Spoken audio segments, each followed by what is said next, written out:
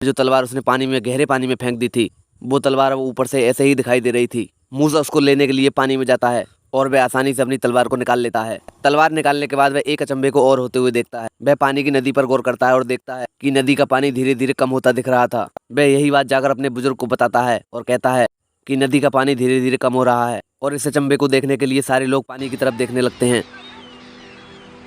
तभी मूसा उन सभी लोगों से कहता है कि देखो, भगवान हमारे साथ है और इसी मौके का फायदा उठाकर हमें नदी पार कर लेनी चाहिए। तभी मूसा उन सभी लोगों से कहता है कि नदी का पानी कम हो चुका है, कौन कौन मेरे साथ नदी पार करना चाहेगा। इस बात पर वह 2 लोग मना करते हैं, बाकी सभी लोग तैयार हो जाते हैं। तभी मूसा सबसे कहता है कि सभी लोग नदी पार करने के लिए तैयार हो जाओ, भगवान हमारे साथ है। सभी लोग अपना सामान समेटने लगते हैं और नदी को पार करने के लिए तैयार हो जाते हैं। और देखते ही देखते सारी नदी का पानी सूख जाता है और मूसा के साथ सारी पब्लिक पीछे पीछे आने लगती है। ये नजारा देखकर बाकी लोग चकित रह जाते हैं कि कैसे इतने बड़े महासागर का पानी यूं कुछ मिनटों में ही सूख गया। और देखते ही देखते सारे लोग नदी में उतर जाते हैं। तभी मूसा के पीछे बौखलाए हुआ राजा अपने तेज घोड़ों की रफ्तार से जल्दी ही मूसा और मूसा के लोगों के पास पहुंच जाता है। मूसा के लोग लगभग आधी नदी को पार कर चुके थे और अपने लोगों में मूसा सबसे आगे की तरफ चल रहा था कि अगर ताकि कोई दिक्कत आए तो सबसे पहले उसे आए। पीछे से राजा की फौज बहुत ही पतले रास्ते से आ रही थी। तभी राजा के सलागिर का रथ टकरा जाता है और वह नीचे गिर पड़ता है। वह सभी से रथ को रोकने की गुजारिश करता है, लेकिन रथ की रफ्तार इतनी तेज थी कि उसका रुकना असंभव था और वह सलागिर उसी रथ के नीचे कुचल दिया जाता है। और इसी रफ्तार के कारण राजा के बहुत से लोग पहाड़ से नीचे गिर रहे थे और पहाड़ इतना ऊंचा था कि नीचे गिरकर तुरंत मर रहे थे। और ऐसा इसलिए हो रहा था कि मूसा के साथ भगवान था। इससे लगभग राजा की आधी फौज नीचे गिरकर मर गई और बाकी बच्चे सैनिक मूसा का पीछा करते रहे। तभी राजा देखता है उसके निकलने के तुरंत बाद सारा का सारा पहाड़ टूटकर नीचे गिर जाता है और राजा अपने आप को बहुत भाग्यशाली समझता है। और सभी लोग ये नजारा देखकर डर जाते हैं। तभी राजा को मूसा के लोग दिखाई देने लगते हैं और वह उन सबको पहाड़ के ऊपर से नदी का रास्ता पार करते हुए देखता रहता है। और मूसा को यह एहसास हो जाता है कि राजा पहुंच चुका है, लेकिन उसके साथ भगवान का विश्वास होता है। और मूसा को राजा की फौज दिखाई देने लगती है और मूसा आश्चर्यचकित रह जाता है और अपने सभी लोगों से कहता है कि जल्दी जल्दी नदी को पार करो। राजा को आते देख मूसा अपने 2-4 लोगों को इकट्ठा करके राजा के पास ले जाता है और बाकी सभी लोगों को नदी पार करने के लिए कहता है। राजा और राजा के सैनिक मूसा की ओर बहुत बुरी तरह से बढ़ते हैं और राजा को ये बात पता नहीं होती है कि नदी का सारा पानी भगवान के द्वारा खाली किया गया है। वहीं पर मूसा अपनी तलवार लेकर उनको रोकने की कोशिश करता है,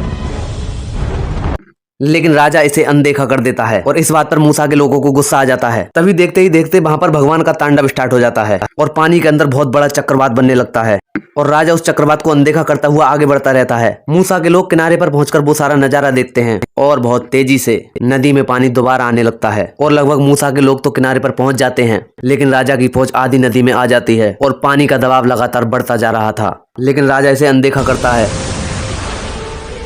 मूसा बीच नदी में राजा का आने का इंतजार करता है और देखते ही देखते चक्रवात भयानक रूप ले रहा था। राजा का मंत्री राजा को सूचना देता है कि वहां पर बहुत बड़ा चक्रवात आ रहा है, हमें यहाँ से वापस तुरंत लौट जाना चाहिए। लेकिन राजा उस चक्रवात से नहीं डरता है और अपने रथ को आगे की तरफ बढ़ाता है। तभी मूसा अपने लोगों को सतर्क करता है और उन लोगों से कहता है कि मैं राजा के लिए रुकता हूँ और तुम लोग यहाँ से जाओ। सभी लोग मूसा का कहना मानते हैं और उधर की तरफ से राजा ही अकेला बढ़ रहा था। बाकी सब सेना को राजा पीछे छोड़ देता है और अपने रथ की रफ्तार को बढ़ाकर वह मूसा के पास पहुंच जाता है। तभी मूसा राजा से कहता है कि तुम यहाँ से भाग जाओ, लेकिन राजा बिना किसी डर के वहीं पर डटा रहता है। पानी का तेज बहाव मूसा और राजा के पास आने ही वाला था। राजा पानी को बहुत जोर से घूरता है। राजा की पूरी सेना नदी में ही रह जाती है। वह नदी को पार करने की बहुत कोशिश करते हैं, लेकिन नहीं कर पाते और धीरे धीरे पानी का भाव सारे सैनिकों को एक तरफ से मार देता है। वह सभी सैनिकों और रथों को अपनी चपेट में तुरंत ही ले लेता है और इसी बीच राजा के सारे सैनिक मारे जाते हैं। वहीं पर राजा बिना किसी डर के मूसा के पास आए जा रहा था, लेकिन जैसे ही वह मूसा के पास पहुंचता है, पानी राजा को अपनी चपेट में तो ले जाता है, लेकिन मूसा के ऊपर गैप बन जाता है। मूसा की जगह को छोड़कर बाकी सभी जगह पानी पानी हो जाता है। राजा के सारे रथ और सैनिक सब पानी के ऊपर तैरने लगते हैं। सभी रथ और सैनिक मरी हुई मछली के समान दिखाई देते हैं और सैनिकों के बीच में साथ हुई राजा की तलवार भी वहीं आकर गिरती है।